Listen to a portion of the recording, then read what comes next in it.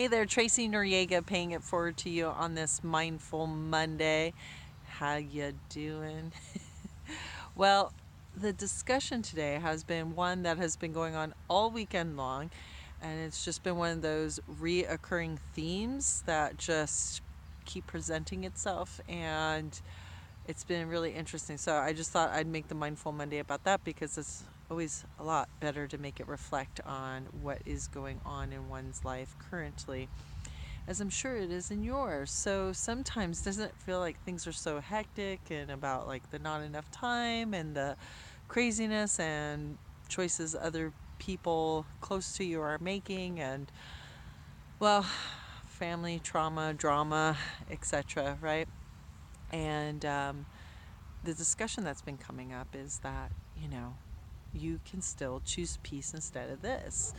And I don't know if you've heard that ever said. A lot now, having done this work, a lot of people have said it. The first one that ever I heard it and really made impact on me was with Marianne Williamson from A Course in Miracles, where that is one of the sayings, or I don't know, quotes or lessons in the Course in Miracles is, I can choose peace instead of this. So whatever is going on in your life, even the stuff, and that's just it, the stuff that we don't have control over, because we don't have the control over really anything but our own actions, right?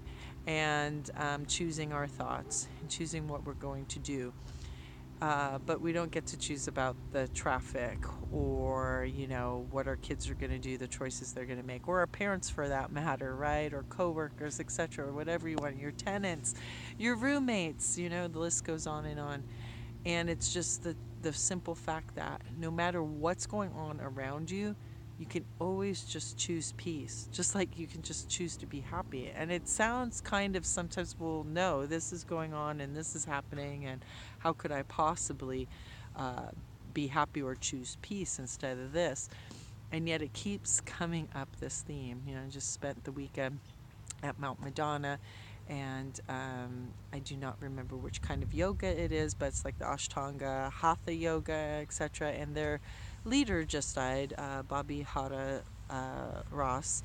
And, he was all about peace too, and actually took an oath of silence from like back in the 1950s or something. And I mean, the guy hasn't said anything. And why? Because he didn't want to start fights or get into stuff. But he was always about choosing peace too, and choosing the peaceful path. And that I shared too with my best friend. That was something that had been going on at the Kadampa Buddhist Center, about a peaceful mind being the complete, like, necessary and fundamental thing in order to have happiness, is to have a peaceful mind. And it's the things we decide to think about and dwell about and get upset about that we can't change, that we don't have any power over. But it's the fact that we do have a choice. We always have a choice. Even when it seems like, well, how could I have anything else? You can just choose, instead of fear, worry, despair, anger, frustration, anxiety, I'm going to choose peace. Even Mel Robbins talks about it, and she's, with the 5-second rule and getting over anxiety there too, about choosing peace, right? Instead of this, then this. So I don't want to feel anxious. I don't want to feel, bothered. What am I going to pick instead? And she would say the same thing. I'm going to pick being peaceful instead. Okay, well, I'm going to make that my choice. I've heard that from my coach Kelly. I've heard it like even Bob Proctor and Abraham Hicks. I mean, all of them talking about the choice. What vibration do you want to be in? So even though the shit is hitting the fan, even though, whatever is going on, and yeah, that does totally mean somebody passing away. It does mean somebody getting diagnosed with cancer. It does mean, finding out, uh, your car got totaled. It doesn't matter. That's just the thing. It doesn't matter about the external factors, that we still have the ability and the choice to pick peace instead of that. And it doesn't mean that you're running away from it, and it doesn't mean that you're not dealing with it. It's just deciding I'm not going to go there.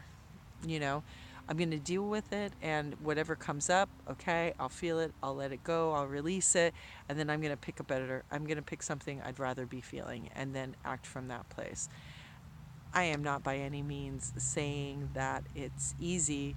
As Bob Proctor would say, it's simple, but it's not easy, which I always love because it is simple, and yet we make it harder than it need to be.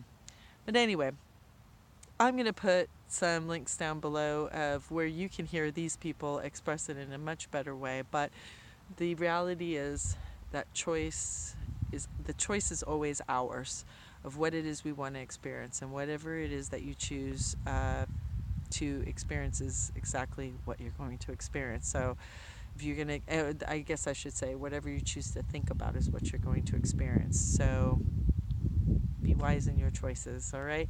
Hope that helps. And if you're upset at me, go ahead and write it below. If you don't agree, that's fine. Take what you like and leave the rest, right?